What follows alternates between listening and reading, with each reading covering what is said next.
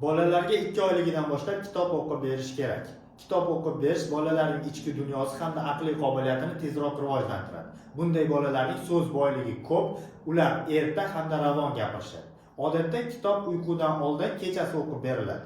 Boshlanishiga 3-4 daqiqa kitob o'qib berish yetarli.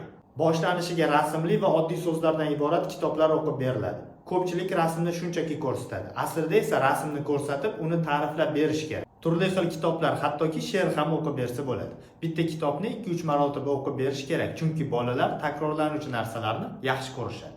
2 oylik bola nimani ham tushunadi deganlar diqqatiga. Bolalar eshitishni ona qornidaligidan boshlashadi. Chet elda kitob o'qib berishni homiladorlik vaqtidan boshlash kerakligi aytiladi. Siz farzandingizga necha oyligidan boshlab kitob o'qib berishni boshlagansiz? Izohlarda fikringizni qoldiring.